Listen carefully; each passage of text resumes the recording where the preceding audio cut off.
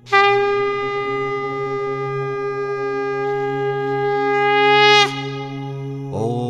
बृहस्पति देवो नमः। बृहस्पतिवार व्रत कथा। बृहस्पति व्रत कथा का महात्म्य एवं विधि। इस व्रत को करने से समस्त इच्छाएं पूर्ण होती हैं और बृहस्पति महाराज प्रसन्न होते हैं। धन, विद्या, पुत्र तथा मनोवांछित फल की प्राप्ति होती है। परिवार में सुख तथा शांति रहती है। इसलिए ये व्रत सर्वश्रेष्ठ और अति फलदायक है। इस व्रत में केले का ही पूजन करें। कथा और पूजन के समय मन, कर्म, वचन से शुद्ध होकर मनोकामना की पूर्ति के लिए बृहस्पति देव जी से प्रार्थना करनी चाहिए। दिन में एक ही समय भोजन करें। भोजन चने की दाल आदि का करें। नमक ना खाएं। पीले वस्त्र पहने। पीले फलों का प्रयोग करें। पीले चंदन से पूजन करें तथा पूजन के बाद भगवान बृहस्पति की कथा अवश्य सुननी चाहिए। श्री बृहस्पति व्रत कथा। प्राचीन समय की बात है। एक बड़ा प्रतापी तथा दानी राजा था। वो प्रत्येक गुरुवार को व्रत रखता एवं पूजन करता था। ये उसकी रानी को अच्छा नहीं लगता। न वो व्रत करती और न ही किसी एक को एक पैसा दान में देती। राजा को भी वो ऐसा करने से मना किया करती थी। एक समय की बात है कि राजा शिकार खेलने वन को चले गए। घर पर रानी और दासी थी। उस समय गुरु बृहस्पति साधु का रूप धारण कर राजा के दरवाजे पे भिक्षा मांगने के लिए आए। साधु ने रानी से भिक्षा मांगी तो वो कहने लगी, हे साधु महाराज, मैं इस दान पुण्य से तंग आ गई हूं। आप कोई ऐसा उपाय बताएं जिससे ये सारा धन नष्ट हो जाए तथा मैं आराम से रह सकूं। साधु रूपी बृहस्पति देव ने कहा, हे देवी, तुम बड़ी विचित्र हो। संतान और धन से भी कोई दुखी होता है? अगर तुम्हारे पास धन अधिक है तो इसे शुभ कार्यों में लगाओ जिससे तुम्हारे दोनों लोग सुधर जाएं। परंतु साधु की इन बातों से रानी खुश नहीं हुई। उसने कहा, मुझे ऐसे धन की आवश्यकता नहीं जिसे मैं अन्य लोगों को दान दूं तथा जिसको संभालने में ही मेरा सारा समय नष्ट हो जाए। साधु ने कहा, यदि तुम्हारी ऐसी इच्छा है तो जैसा मैं तुम्हें बताता हूं तुम वैसा ही करना। बृहस्पतिवार के दिन घर को गोबर से लीपना, अपने केशों को पीली मिट्टी से धोना, केशों को धोते समय स्नान करना, राजा से हजामत बनाने को कहना, भोजन में मांस मदिरा खाना, कपड़ा धोबी के यहाँ धुलने डालना। इस प्रकार 7 बृहस्पतिवार करने से तुम्हारा सब धन नष्ट हो जाएगा। इतना कहकर साधु बने बृहस्पति महाराज अंतर्ध्यान हो गए। साधु के कहे अनुसार करते हुए रानी को केवल 3 बृहस्पतिवार ही बीते थे कि उसकी सारी धन संपत्ति नष्ट हो गई। भोजन के लिए परिवार तरसने लगा। एक दिन राजा रानी से बोला, हे रानी, तुम यहीं रहो, मैं दूसरे देश को जाता हूं क्योंकि यहां पर मुझे सभी जानते हैं, इसलिए मैं यहां कोई छोटा कार्य नहीं कर सकता। ऐसा कहकर राजा परदेश को चला गया। वहां वो जंगल से लकड़ी काट कर लाता और शहर में बेचता। इस तरह वो अपना जीवन व्यतीत करने लगा। इधर राजा के बिना रानी और दासी दुखी रहने लगी। एक समय जब रानी और दासियों को 7 दिन बिना भोजन के रहना पड़ा तो रानी ने अपनी दासी से कहा, हे दासी, पासी के नगर में मेरी बहन रहती है। वो बड़ी धनवान है। तू उसके पास जा और कुछ ले आ ताकि थोड़ा बहुत गुजर बसर हो सके। दासी रानी की बहन के पास गई। उस दिन बृहस्पतिवार था। रानी की बहन उस समय बृहस्पतिवार की कथा सुन रही थी। दासी ने रानी की बहन को अपनी रानी का संदेश दिया, लेकिन रानी की बहन ने कोई उत्तर नहीं दिया। जब दासी को रानी की बहन से कोई उत्तर नहीं मिला तो वो बहुत दुखी हो गई। उसे क्रोध भी आया। दासी ने वापस आकर रानी को सारी बातें बता दी। सुनकर रानी ने अपने भाग्य को कोसा। उधर रानी की बहन ने सोचा कि मेरी बहन की दासी आई थी, परंतु मैंने उससे कुछ नहीं कहा, इससे वो बेचारी बहुत दुखी हुई होगी। कथा सुनकर और पूजन समाप्त कर वो अपनी बहन के घर गई और कहने लगी, हे बहन, मैं बृहस्पतिवार का व्रत कर रही थी। तुम्हारी दासी आई थी, परंतु जब तक कथा होती है तब तक ना उठते हैं ना बोलते हैं, इसलिए मैं नहीं बोली।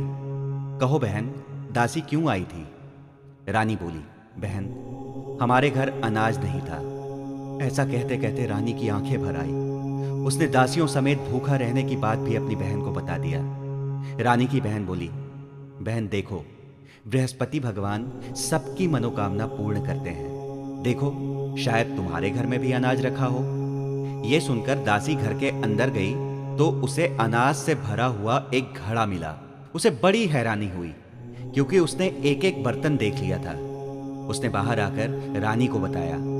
दासी रानी से कहने लगी, हे रानी, जब हमको अन्न नहीं मिलता तो हम व्रत ही तो करते हैं, इसलिए क्यों ना हम इनसे व्रत और कथा की विधि ही पूछ ले। हम भी व्रत किया करेंगे।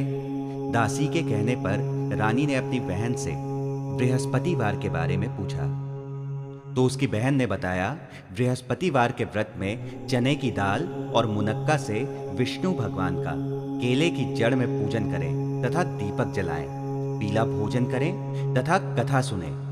इससे गुरु भगवान बृहस्पति प्रसन्न होते हैं और मनोकामना पूर्ण करते हैं। व्रत और पूजन की विधि बताकर रानी की बहन अपने घर लौट गई। रानी और दासी दोनों ने निश्चय किया कि बृहस्पति देव भगवान की पूजन अवश्य करेंगे। 7 रोज बाद जब बृहस्पतिवार आया तो उन्होंने व्रत रखा। घुड़साल में जाकर चना और गुड़ बीन लाई तथा उसकी दाल से केले की जड़ तथा विष्णु भगवान का पूजन किया। अब पीला भोजन कहाँ से आए? दोनों बड़ी दुखी हुई, परंतु उन्होंने व्रत किया था, इसलिए बृहस्पति देव भगवान प्रसन्न थे। एक साधारण व्यक्ति के रूप में वो 2 थालों में सुंदर पीला भोजन लेकर आए और दासी को देकर बोले, हे दासी, ये भोजन तुम्हारे लिए और तुम्हारी रानी के लिए है, इसे तुम दोनों ग्रहण करना। दासी भोजन पाकर बहुत प्रसन्न हुई। उसने रानी को सारी बातें बताई। उसके बाद से वे प्रत्येक बृहस्पतिवार को गुरु भगवान का व्रत और पूजन करने लगी। बृहस्पति भगवान की कृपा से उनके पास धन धान्य का भंडार हो गया, परंतु रानी फिर पहले की तरह आलस्य करने लगी। तब दासी बोली, देखो रानी, तुम पहले भी इस प्रकार का आलस्य करती थी। तुम्हें धन को रखने में बड़ा कष्ट होता था, इस कारण सभी धन नष्ट हो गया। अब गुरु भगवान की कृपा से धन मिला है तो फिर तुम्हें आलस्य होता है। बड़ी मुसीबतों के बाद हमने ये धन पाया है, इसलिए हमें दान पुण्य करना चाहिए। अब तुम भूखे मनुष्यों को भोजन कराओ, प्याऊ लगवाओ, ब्राह्मणों को दान दो, कुआं, तालाब, बावड़ी आदि का निर्माण करवाओ, मंदिर, पाठशाला बनवाकर ज्ञान दान दो, कुंवारी कन्याओं का विवाह करवाओ, अर्थात धन को शुभ कार्यों में खर्च करो, जिससे तुम्हारे कुल का यश बढ़े तथा स्वर्ग प्राप्त हो और पितर प्रसन्न हो। दासी की बात मानकर रानी शुभ कार्य करने लगी और उसका यश चारों दिशाओं में फैलने लगा। एक दिन रानी और दासी आपस में विचार करने लगी कि न जाने राजा किस दशा में होंगे। उनकी कोई खोज खबर भी नहीं है। उन्होंने श्रद्धा पूर्वक गुरु बृहस्पति का पूजन किया और उनसे प्रार्थना की कि राजा जहां कहीं भी हों उन्हें शीघ्र वापस भेज दें। उधर राजा परदेश में बहुत दुखी रहने लगा। वो प्रतिदिन जंगल से लकड़ी बीन कर लाता और उसे शहर में बेचकर अपने दुखी जीवन को बड़ी कठिनता से व्यतीत करता था। एक दिन दुखी हो अपनी पुरानी बातों को याद करने लगा और उदास हो गया। उसी समय राजा के पास बृहस्पति देव साधु के वेश में आकर बोले, हे लकड़हारे, तुम इस सुनसान जंगल में किस चिंता में बैठे हो? मुझे बतलाओ। ये सुनकर राजा के नेत्रों में जल भर आया। साधु की वंदना कर राजा ने अपनी संपूर्ण कहानी उन्हें सुना दी। महात्मा दयालु होते हैं। वे राजा से बोले, हे राजा, तुम्हारी पत्नी ने बृहस्पति देव के प्रति अपराध किया था, जिसके कारण तुम्हारी ये दशा हुई है। अब तुम किसी प्रकार की चिंता मत करो, भगवान तुम्हें पहले से अधिक धन देंगे। देखो, तुम्हारी पत्नी ने बृहस्पतिवार का व्रत प्रारंभ कर दिया है। अब तुम भी बृहस्पतिवार का व्रत करके चने की दाल व गुड़ जल के लोटे में डालकर केले का पूजन करो, फिर कथा कहो या सुनो। भगवान तुम्हारी सभी मनोकामनाओं को पूर्ण करेंगे। साधु की बात सुनकर राजा बोला, हे प्रभु, लकड़ी बेचकर तो इतना पैसा भी नहीं बचता जिससे मैं भोजन करने के उपरांत भी कुछ बचा सकूं। मैंने रात्रि में अपनी रानी को व्याकुल देखा है। मेरे पास कोई साधन नहीं है जिससे मैं उसका समाचार जान सकूं। फिर मैं बृहस्पति देव की क्या कहानी कहूं, यह भी मुझको मालूम नहीं है। साधु ने कहा, हे राजा, मन में बृहस्पति भगवान के पूजन व्रत का निश्चय करो। वे स्वयं तुम्हारे लिए कोई ना कोई राह अवश्य बना देंगे। बृहस्पतिवार के दिन तुम रोजाना की तरह लकड़ियां लेकर शहर में जाना। तुम्हें रोज से दुगुना धन प्राप्त होगा। जिससे तुम भली भांति भोजन कर लोगे तथा बृहस्पति देव की पूजा का सामान भी आ जाएगा। जो तुमने बृहस्पतिवार की कहानी के बारे में पूछा है वो इस प्रकार है। बृहस्पति देव की कहानी। प्राचीन काल में एक बहुत ही निर्धन ब्राह्मण था। उसकी कोई संतान नहीं थी। उसकी स्त्री न स्नान करती न किसी देवता का पूजन करती। इस कारण ब्राह्मण देवता बहुत दुखी रहते थे। भगवान की कृपा से ब्राह्मण के यहाँ एक कन्या उत्पन्न हुई। कन्या बड़ी होने लगी। प्रातः स्नान करके वो भगवान विष्णु का जप करती, बृहस्पतिवार का व्रत भी करने लगी।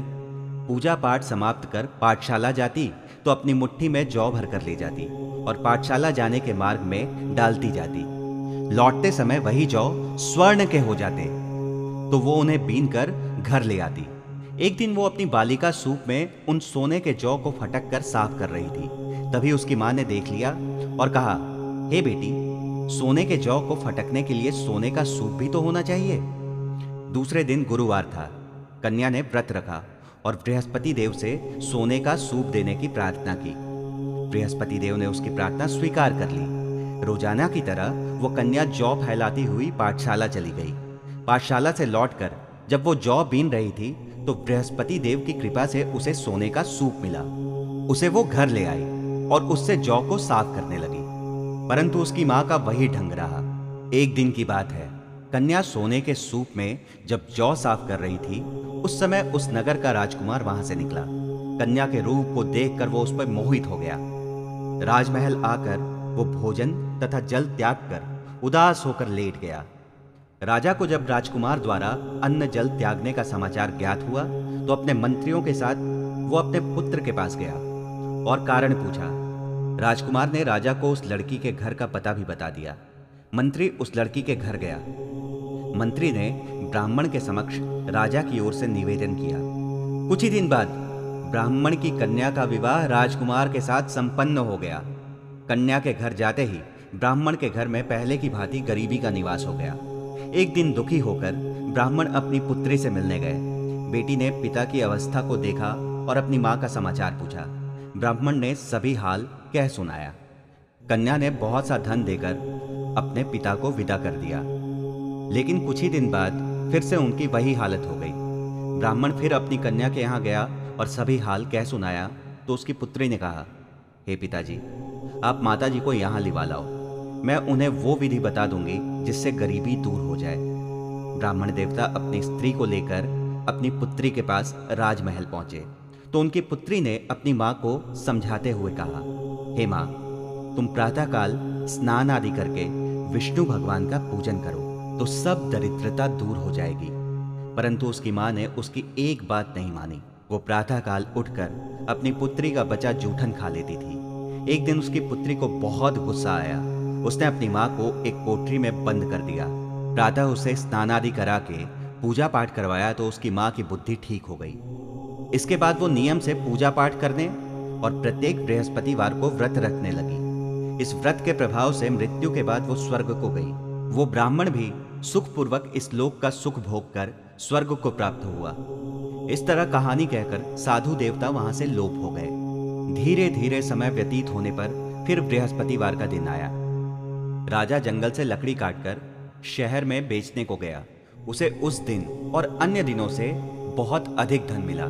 राजा ने चना गुड़ आदि लाकर बृहस्पति देव का पूजन किया।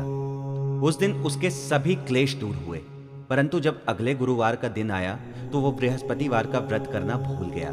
इस कारण बृहस्पति भगवान उससे नाराज हो गए। उस दिन उस नगर के राजा ने विशाल यज्ञ का आयोजन किया था तथा अपने समस्त राज्य में घोषणा करवा दी थी कि सभी मेरे यहाँ भोजन करने अवश्य आवें। किसी के घर चूल्हा ना जले। इस आज्ञा को जो नहीं मानेगा उसको फांसी दे दी जाएगी।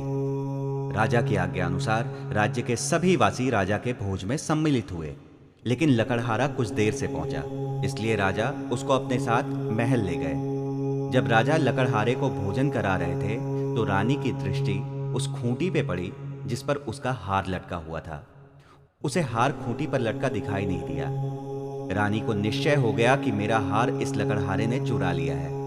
उसी समय सैनिक बुलवाकर उसको जेल में डलवा दिया गया। लकड़हारा जेल में विचार करने लगा कि न जाने कौन से पूर्व जन्म के कर्म से मुझे ये दुख प्राप्त हुआ है। और जंगल में मिले साधु को याद करने लगा। तत्काल बृहस्पति देव साधु के रूप में प्रकट हो गए और कहने लगे, अरे मूर्ख, तूने बृहस्पति देवता की कथा नहीं की, इसी कारण तुझे दुख प्राप्त हुआ है। अब चिंता मत कर, बृहस्पतिवार के दिन जेल खाने के दरवाजे पे तुझे 4 पैसे पड़े मिलेंगे। उनसे तू बृहस्पति देव की पूजा करना, तो तेरे सभी कष्ट दूर हो जाएंगे। अगले बृहस्पतिवार को उसे जेल के द्वार पर 4 पैसे मिले। राजा ने पूजा का सामान मंगवाकर कथा कही और प्रसाद बांटा। उसी रात्रि में बृहस्पति देव ने उस नगर के राजा को स्वप्न में कहा, हे राजा, तूने जिसे जेल में बंद कर दिया है उसे कल ही छोड़ देना, वो निर्दोष है। राजा प्रातःकाल उठा और खूंटी पर हार टंगा देखकर लकड़हारे को बुलाकर क्षमा मांगी तथा राजा के योग्य सुंदर वस्त्र आभूषण भेंट कर उसे विदा किया। गुरुदेव की आज्ञा अनुसार राजा अपने नगर को चल दिया। राजा जब नगर के निकट पहुंचा तो उसे बड़ा ही आश्चर्य हुआ। नगर में पहले से अधिक बाग, तालाब, कुएं तथा बहुत सी धर्मशालाएं, मंदिर आदि बने हुए थे। राजा ने पूछा, ये किसका बाग और धर्मशाला है? तब नगर के सभी लोग कहने लगे, ये सब रानी और दासी द्वारा बनवाए गए हैं। राजा को आश्चर्य हुआ और गुस्सा भी आया कि उनकी अनुपस्थिति में रानी के पास इतना धन कहां से आया हो। जब रानी ने यह खबर सुनी कि राजा आ रहे हैं तो उसने अपनी दासी से कहा, हे दासी, देख, राजा हमको कितनी बुरी हालत में छोड़कर गए थे। वो हमारी ऐसी हालत देखकर लौट न जाएं, इसलिए तू दरवाजे पर जाकर खड़ी हो जा। रानी की आज्ञा अनुसार दासी दरवाजे पे जाके खड़ी हो गई और जब राजा आए तो उन्हें अपने साथ महल लिवा लाई। तब राजा ने क्रोध करके अपनी तलवार निकाली और पूछने लगा, बताओ, ये धन तुम्हें कैसे प्राप्त हुआ? तब रानी ने सारी कथा कह सुनाई। राजा ने निश्चय किया कि मैं रोजाना दिन में 3 बार कथा कहा करूंगा तथा रोज व्रत किया करूंगा। अब हर समय राजा के दुपट्टे में चने की दाल बंधी रहती तथा दिन में 3 बार कथा कहता था। एक रोज राजा ने विचार किया कि चलो अपनी बहन के यहाँ जाऊं। इस तरह का निश्चय करके राजा घोड़े पर सवार हो अपनी बहन के यहाँ चल दिया। मार्ग में उसने देखा कि कुछ आदमी एक मुर्दे को लिए जा रहे हैं। उन्हें रोककर राजा कहने लगा, अरे भाइयों, मेरी बृहस्पतिवार की कथा सुन लो। तो वो बोले, लो, एक तो हमारा आदमी मर गया है और इसको कथा की पड़ी है। परंतु कुछ आदमी बोले, अच्छा कहो, हम तुम्हारी कथा भी सुनेंगे। राजा ने दाल निकाली और कथा कहनी शुरू कर दी। जब कथा आधी हुई तो मुर्दा हिलने लगा और जब कथा समाप्त हुई तो राम राम करके वो मुर्दा खड़ा हो गया। राजा आगे बढ़ा। उसे चलते चलते शाम हो गई। आगे मार्ग में उसे एक किसान खेत में हल चलाता हुआ मिला। राजा ने उसे कथा सुनने का आग्रह किया, लेकिन वो नहीं माना। राजा आगे चल पड़ा। राजा के हटते ही बैल पछाड़ खाकर गिर पड़े तथा किसान के पेट में बहुत जोर से दर्द होने लगा। उसी समय किसान की पत्नी रोटी लेकर आई। उसने जब देखा तो अपने पुत्र से सब हाल पूछा। बेटे ने सभी हाल बता दिया। बुढ़िया दौड़ी दौड़ी उस घुड़सवार के पास पहुंची और उससे बोली, मैं तुम्हारी कथा सुनूंगी, तू अपनी कथा मेरे खेत पे चलकर ही कहना। राजा ने लौटकर बुढ़िया के खेत में जाकर कथा कही, जिसके सुनते ही बैल खड़े हो गए तथा किसान के पेट का दर्द भी ठीक हो गया। राजा अपनी बहन के घर पहुंच गया। बहन ने भाई की खूब मेहमानी की। दूसरे रोज प्रातःकाल राजा जागा तो वो देखने लगा कि सब लोग भोजन कर रहे हैं। राजा ने अपनी बहन से जब पूछा, ऐसा कोई मनुष्य है जिसने भोजन नहीं किया हो, जो मेरी बृहस्पतिवार की कथा सुन ले? बहन बोली, हे भैया, ये देश ऐसा ही है। पहले यहाँ के लोग भोजन करते हैं, बाद में अन्य कोई काम करते हैं। फिर वो एक कुम्हार के घर गई जिसका लड़का बीमार था। उसे मालूम हुआ कि उसके यहाँ 3 दिन से किसी ने भोजन नहीं किया है। रानी ने अपने भाई की कथा सुनने के लिए कुम्हार से कहा। वो तैयार हो गया। राजा ने जाकर बृहस्पतिवार की कथा कही, जिसको सुनकर लड़का ठीक हो गया। अब तो राजा की प्रशंसा होने लगी। एक दिन राजा ने अपनी बहन से कहा, हे बहन, मैं अब अपने घर जाऊंगा, तुम भी तैयार हो जाओ। राजा की बहन ने अपनी सास से अपने भाई के घर जाने की आज्ञा मांगी। सास बोली, चली जा, परंतु अपने लड़कों को मत ले जाना, क्योंकि तेरे भाई के कोई संतान नहीं होती है। बहन ने अपने भाई से कहा, हे भैया, मैं तो चलूंगी, परंतु कोई बालक नहीं जाएगा। अपनी बहन को भी छोड़कर दुखी मन से राजा अपने नगर को लौट आया। राजा ने अपनी रानी से सारी कथा बताई। और बिना भोजन किए वो शैया पर ही लेट गया। रानी बोली, हे प्रभु, बृहस्पति देव ने हमें सब कुछ दिया है, वो हमें संतान भी अवश्य ही देंगे। उसी रात बृहस्पति देव ने राजा को स्वप्न में कहा, हे राजा, उठ, सभी सोच त्याग दे, तेरी रानी गर्भवती है। राजा को यह जानकर बड़ी खुशी हुई। 9वें महीने में रानी के गर्भ से एक सुंदर पुत्र पैदा हुआ। तब राजा बोला, हे रानी, स्त्री बिना भोजन के रह सकती है, परंतु बिना कहे नहीं रह सकती। जब मेरी बहन आए तो तुम उससे कुछ मत कहना। रानी ने हाँ कर दिया। जब राजा की बहन ने यह शुभ समाचार सुना तो वो बहुत प्रसन्न हुई तथा बधाई लेकर अपने भाई के यहाँ आई। रानी ने तब उसे आने का उलाहना दिया।